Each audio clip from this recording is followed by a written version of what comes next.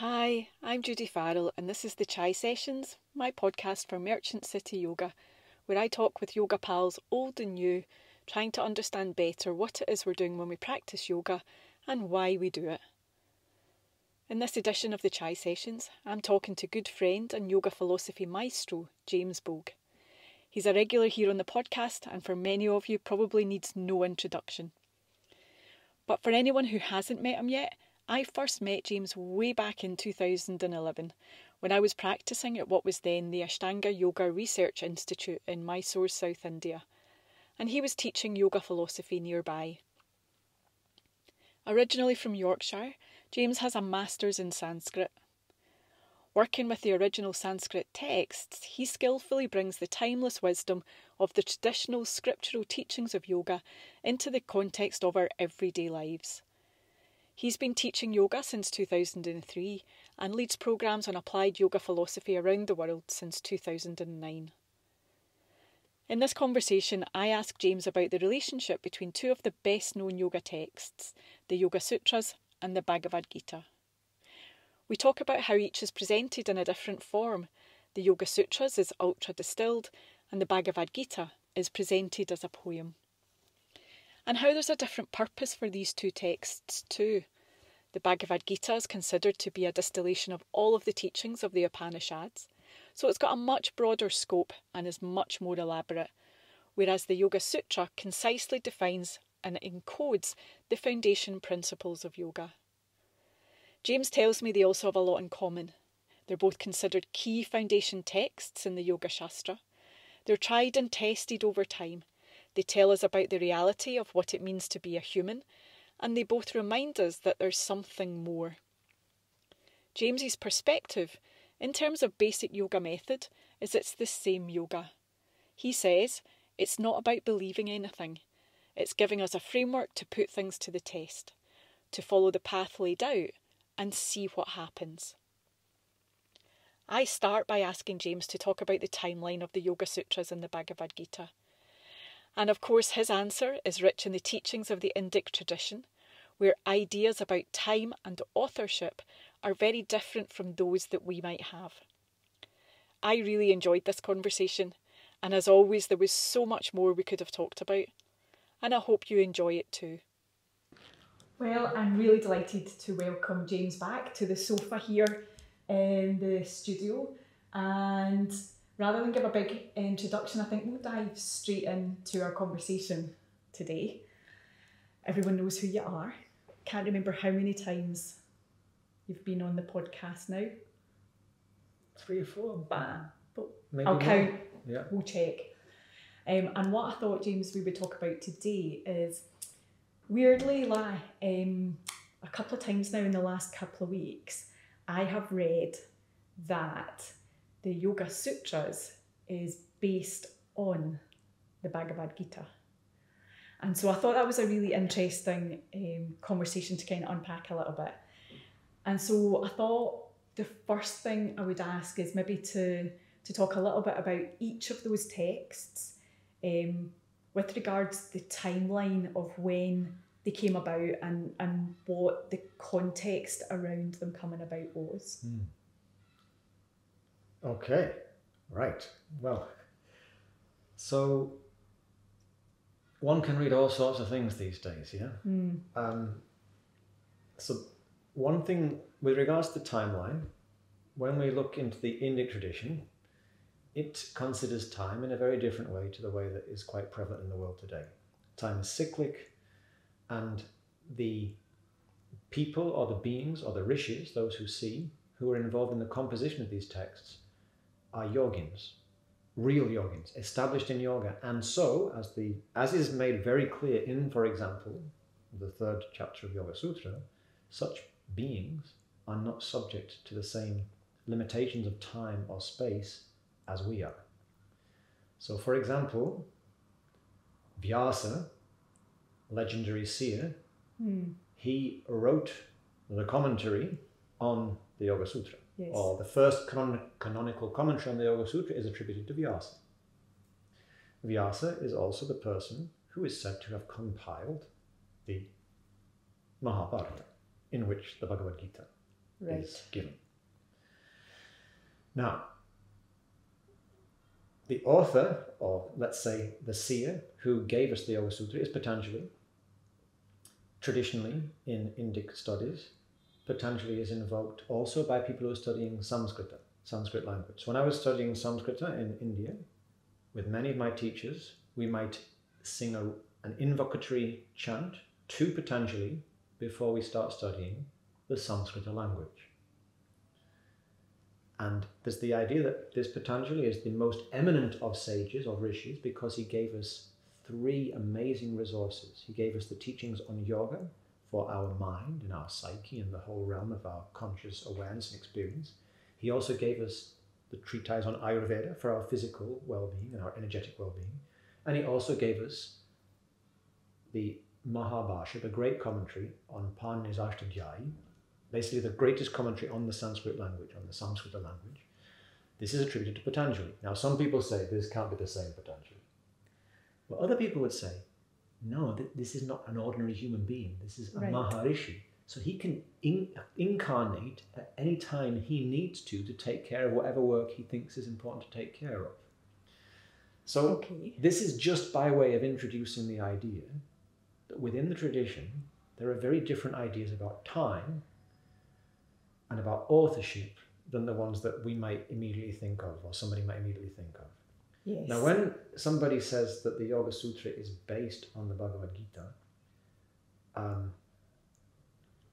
I think it is accurate to say that the Yoga Sutra and the Bhagavad Gita have a lot in common, and they're both considered key texts or foundation texts in what is sometimes referred to as Yoga Shastra, the body of teachings that codifies yoga as a cohesive body of work that has stood the test of time. It's a Shastra, it's been tested.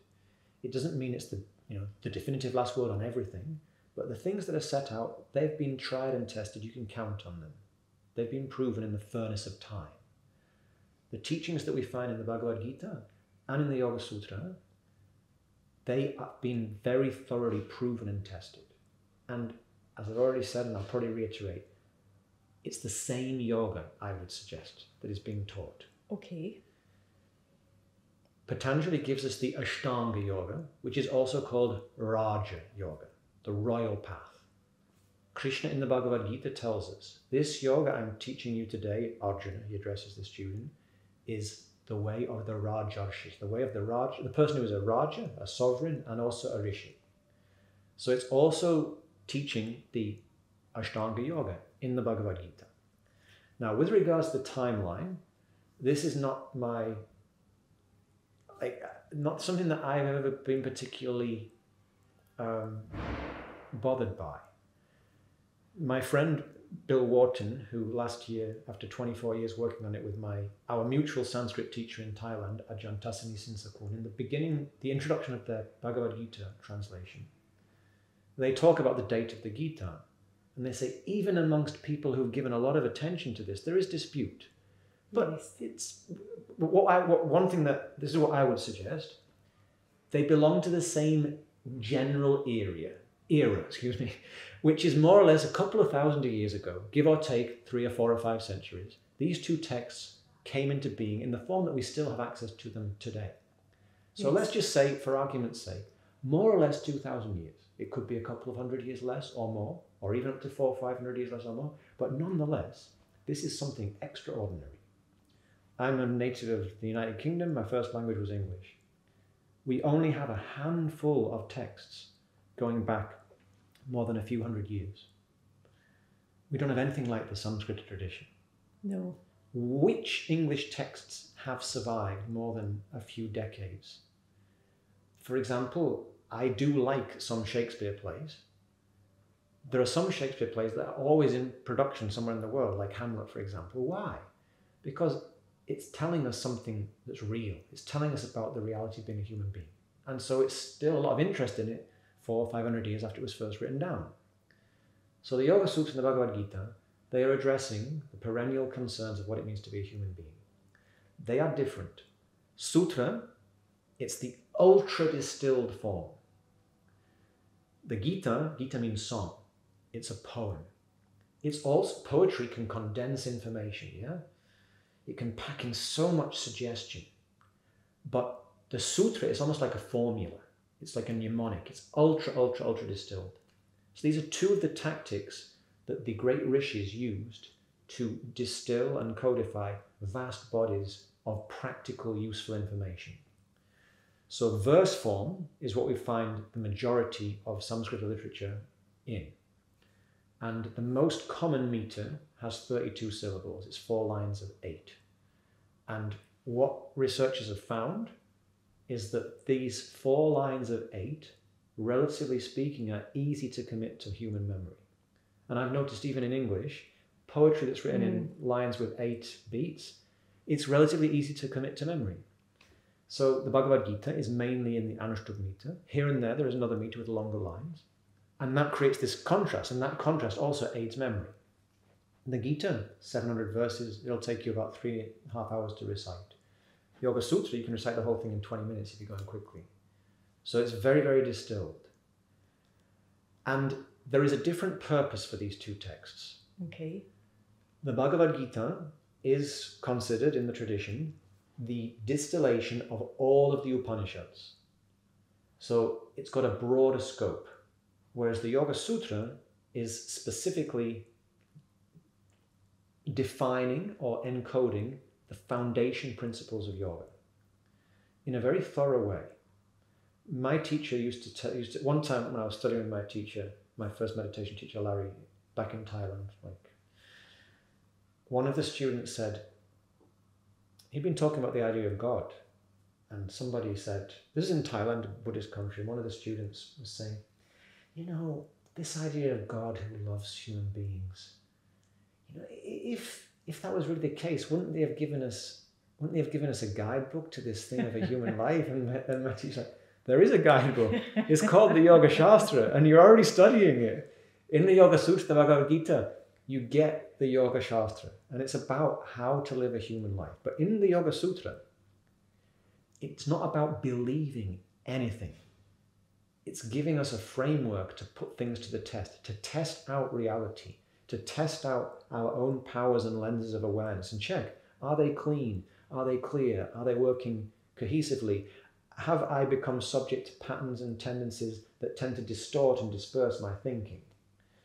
Yoga Sutra gives us the boiled down, ultra distilled description of how to know ourselves and all the things that can come up along the way, but in an ultra distilled form.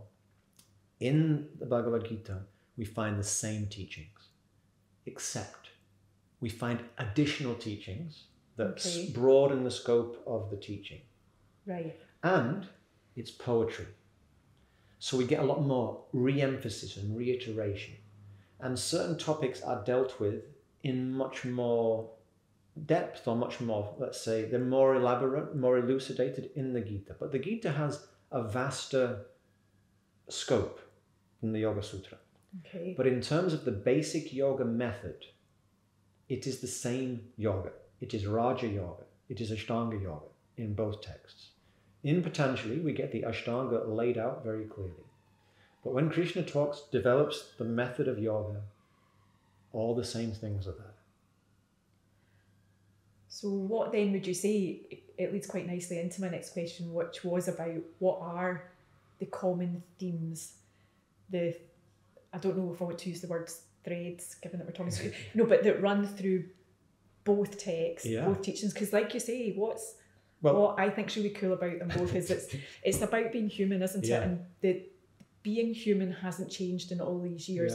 Our culture and environments have changed, but actually the challenges we run into living a human life appear to be perennial. Yeah. Well, I laughed, Judy, because when you said what's the same, like, so it's all the same. But I'm just saying we could talk. Like, I know that the podcast usually has a time limit. We could easily talk 50 hours on this. But for example, the beginning of the texts is the same from a certain perspective.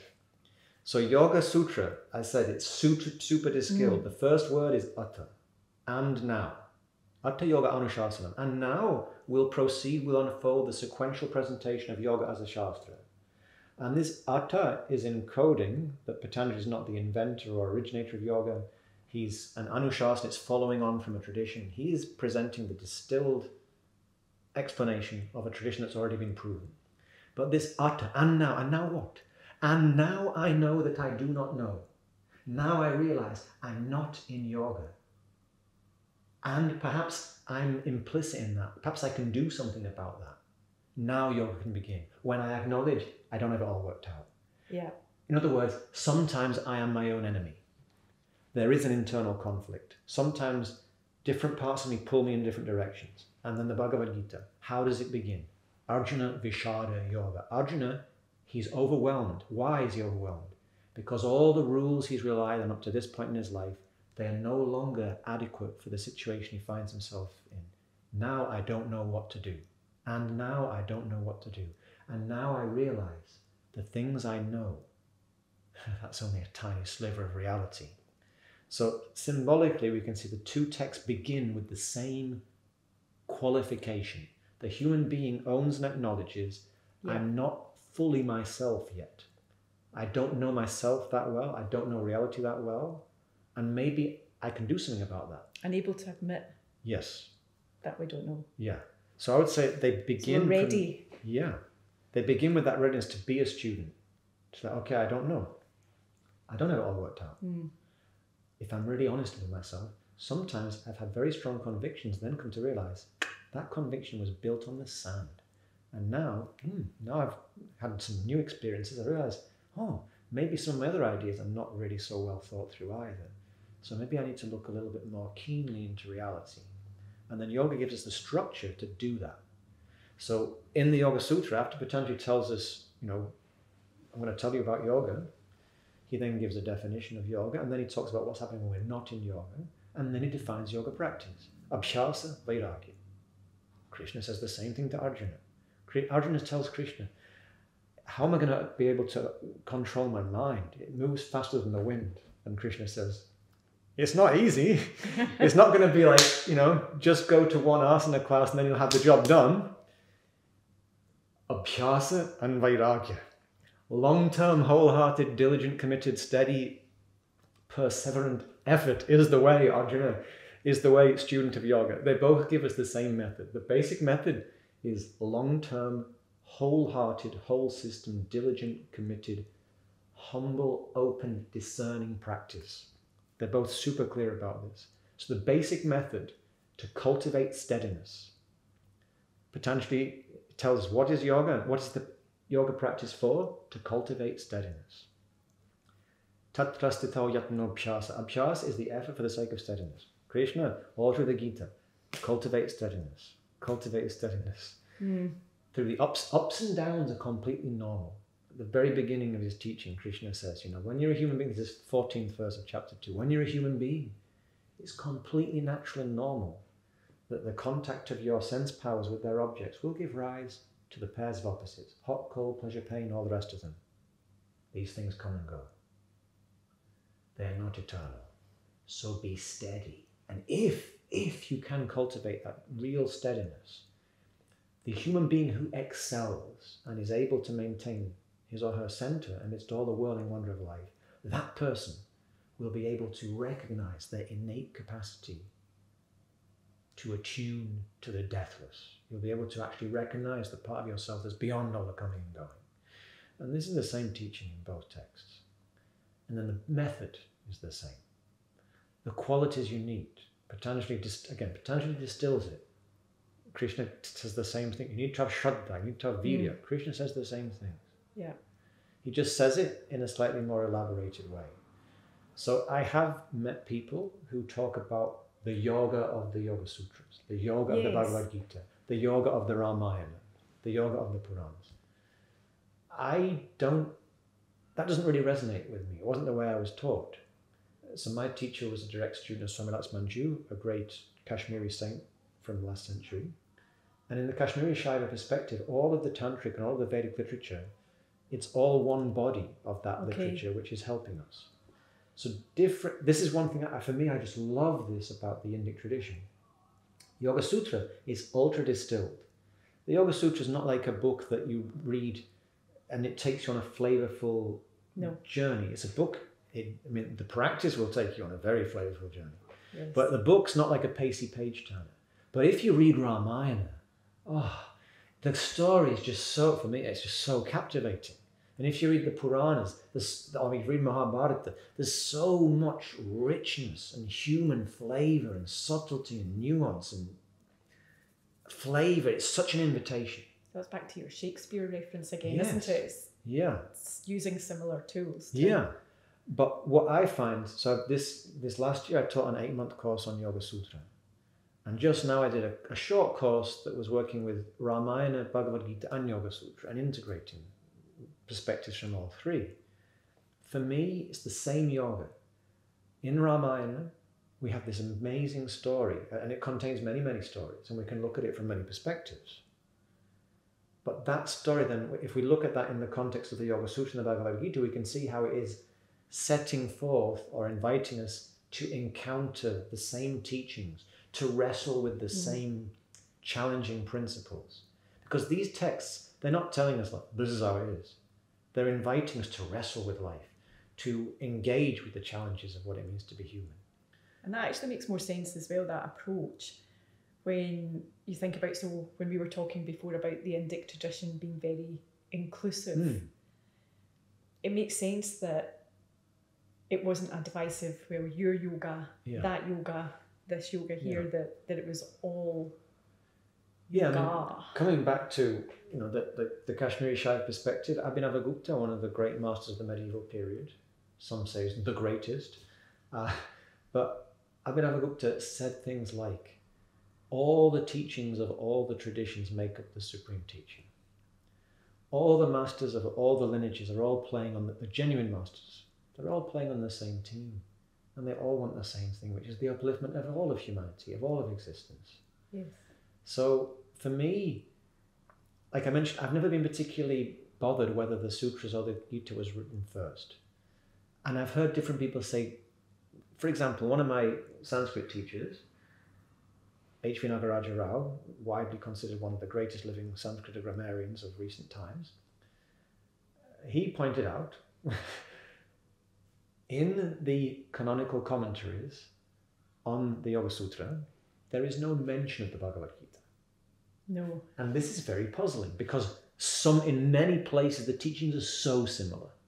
So he would say, this suggests that the sutra was actually set down in written form before the Gita was. Even though the Gita was given at an antecedent point in history, but then it was compiled in verse a little bit later. But for me, what's important, why I love these texts, when I first encountered these texts, so I was getting into yoga, I read a bit, but then I met my teacher Larry, and then these texts just came so alive. And I thought, I want to be able to have a personal relationship with this text. Because I realized these texts, Yoga Sutra, Bhagavad Gita, these can give me a lot of help all life long. Like this is it, I want to have access to this text. And for me, the Yoga Sutra, the Bhagavad Gita, why they are so treasured. These are both texts that, this is the yoga, the core of the Yoga Shastra.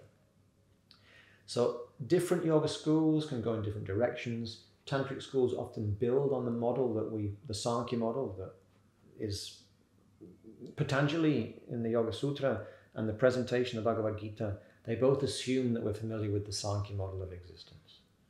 Tantric schools sometimes build upon that, but they don't negate it, they don't reject it. So it's like the foundation Yoga Shastra, every lineage that I've had any contact with, they all recognize with tremendous respect, gratitude, veneration, the Yoga Sutra and the Bhagavad Gita, because they do an amazing job at what they're setting out to do. But the scope of the Gita is wider, because it's distilling of the broader Vedic vision, let's say, or Upanishadic vision. Right. And Yoga Sutra is about yoga. So in the Bhagavad Gita, we also find ideas that might be more associated with, for example, Nyaya, logic and epistemology, or with Vedantic perspectives. But basically, at the end of nobody knows who put this at the end of every chapter, but at the end of the 18 chapters, every end of the chapter it says, this is the discourse between Sri Krishna and Arjuna in Yoga Shastra, Sri Krishna Arjuna Samvada, in the conversation between Krishna and Arjuna, in the Yoga Shastra. Primarily, Bhagavad Gita is a treatise on yoga. And yoga holds a special place in the Upanishadic or Vedic vision, because in the Vedic, all the different darshanas, yoga is the practical one. It's the one that glues, that connects, that joins. So, yes, Bhagavad Gita does many things, but it is a yoga text. No doubt about it. It might be other things as well, but it's definitely a Yoga Shastric text. Okay, and so my next question would be then, is there anywhere where they appear to diverge in thinking or approach? I wouldn't say so. I don't think they diverge. It obviously depends how you interpret them. I mean, because I guess for the one thing that's kind of popping into my head just now in some of the reading is the dualist, non-dualist conversation around the texts. Mm-hmm. So again, I mean, it depends. I know in 1 minute or less. Well, I mean, is that relevant? Is that something we need to consider? Well, I would suggest that it all depends. If the beautiful thing about both these texts, as far as I can understand and see, is that let's say a person is of a dualistic perspective, who holds the view that as an individual human being, I will always be separate from or distinct from ultimate reality.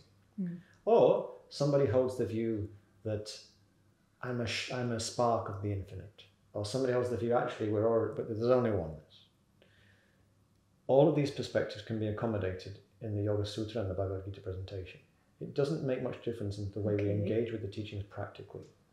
There are even verses in the Gita where it's like Krishna gives us something from it. This is more the dualist, this is more the, this is more like the Dvaita Vedanta, this is more the Vishuddha Dvaita Vedanta, this is more the Advaita Vedantic perspective in subsequent verses. And to me, this just shows the pragmatism of the yoga tradition. This inclusivity. Different people have different predilections. Mm. Some people, like the word devotion, for example, in the Bhagavad Gita, in the Yoga Sutra, devotion is emphasized as being almost imperative to maintain the type of practice that's necessary to bring about the real lasting transformation. But what does that mean? For one person, devotion might mean at every moment of my day, I'm offering all my actions to this higher power, whether it's the spirits of the land, whether it's God in some type of form or that resonates for the particular practitioner or seeker.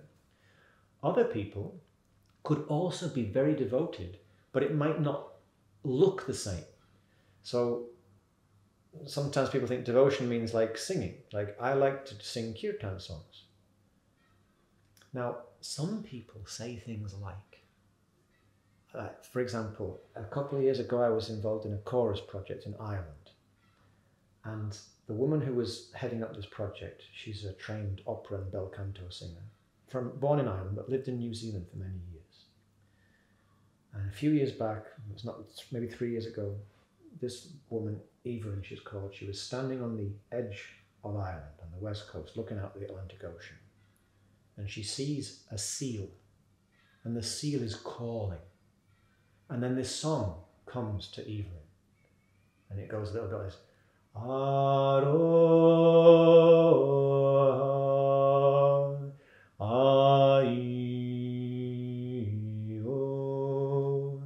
aroha,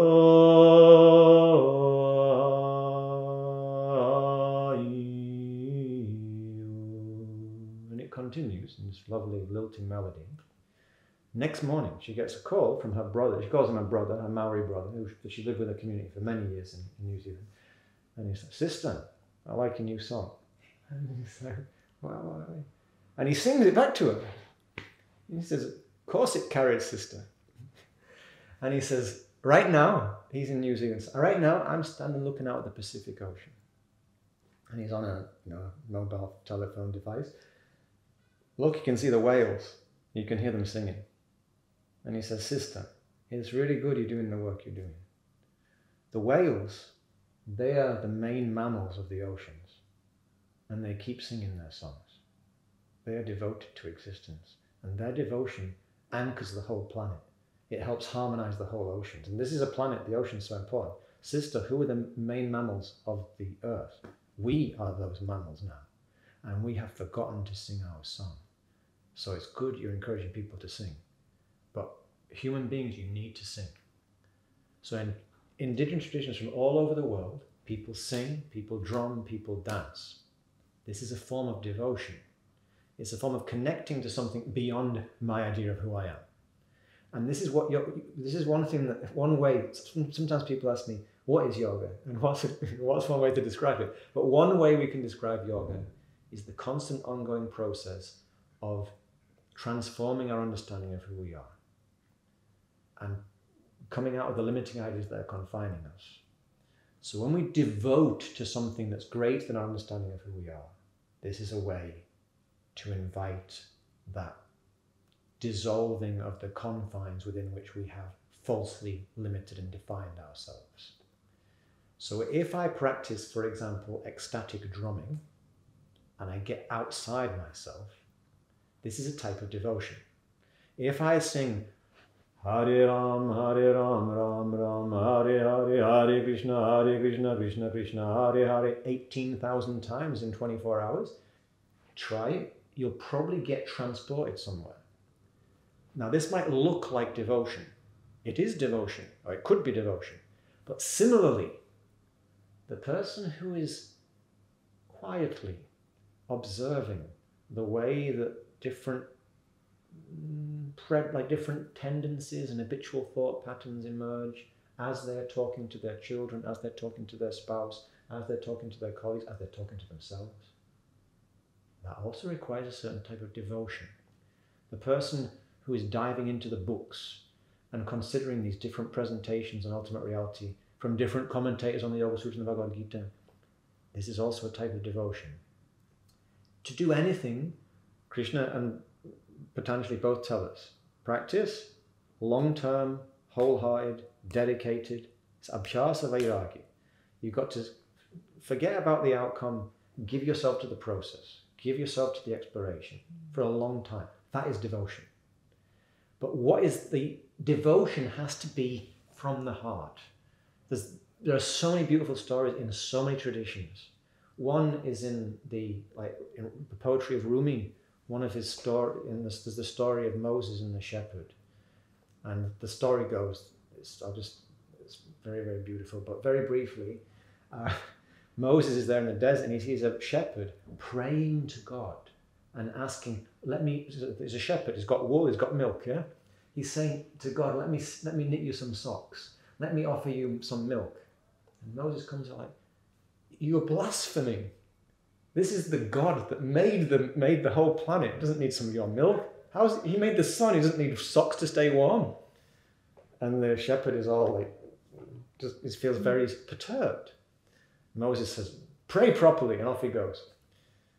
And then that night, Moses gets a visitation. And God comes and says, no, my child, what have you been doing? I brought you here to foster unity, not division. You need to go back to that shepherd and learn from him how to pray. How was he praying?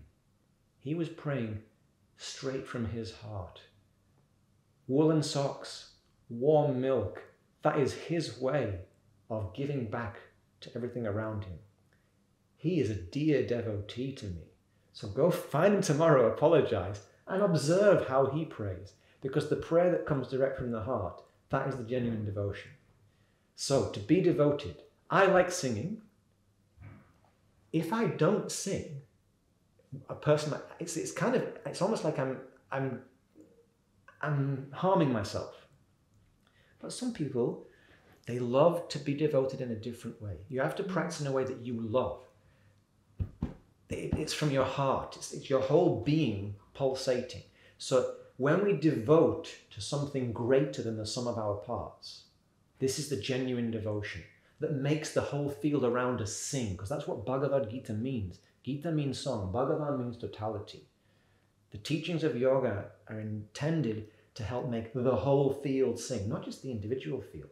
This that we are so blessed to be part of, And to me, the beautiful humanity of Patanjali and the beautiful humanity of the teachings in Krishna and the pragmatism, this is an amazing tradition. This yoga, so down to earth, so practical.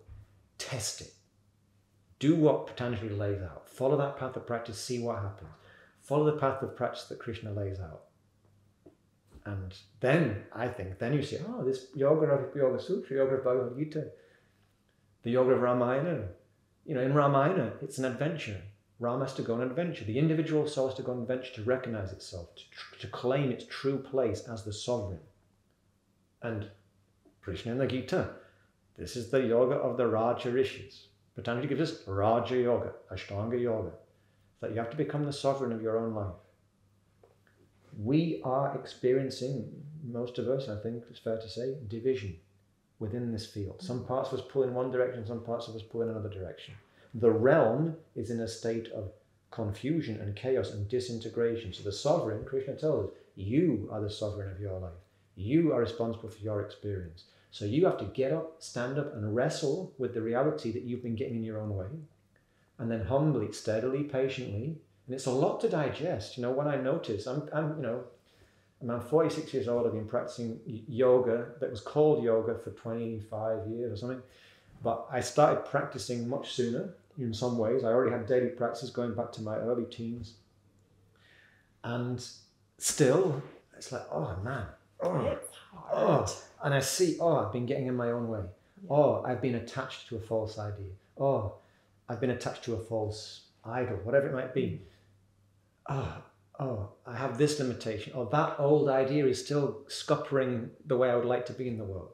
It's a lot to digest. But what Patanjali and Krishna give us in the Gita and the Sutras is a very robust, reliable means, structure, mechanism to move through that transformative process.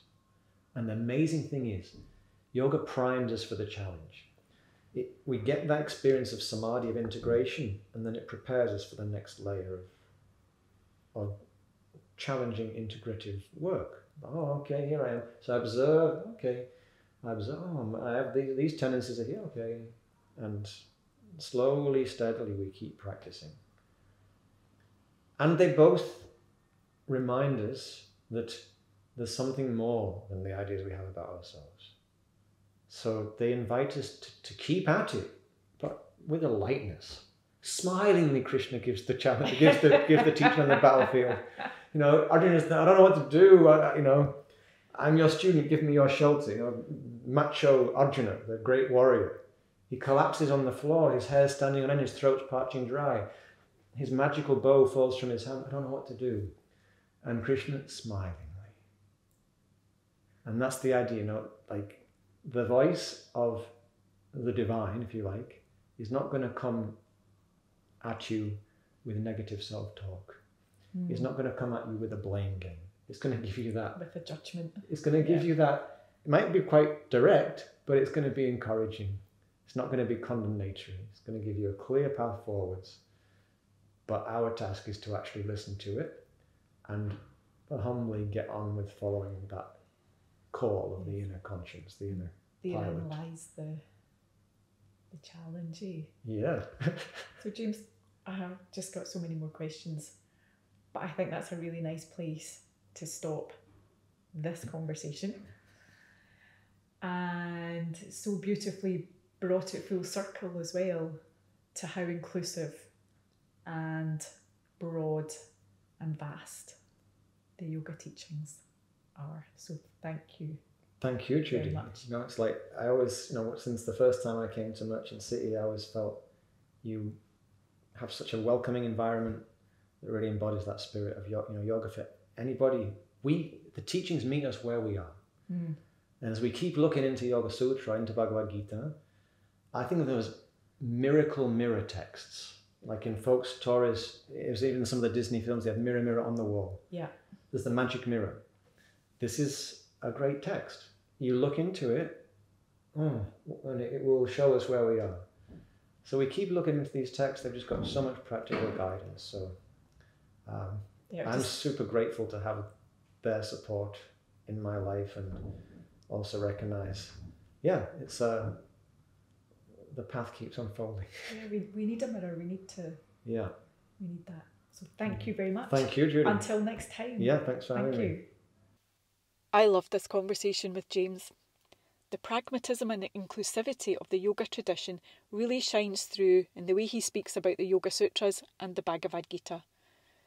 These conversations are unedited, but I'd like to shout out Steph Northcote for smoothing out the wrinkles at the beginning and end of every episode. And if you enjoyed this episode, please share it with your friends. You can even follow, rate and review to help other people find these conversations too. Until next time, thank you so much for listening.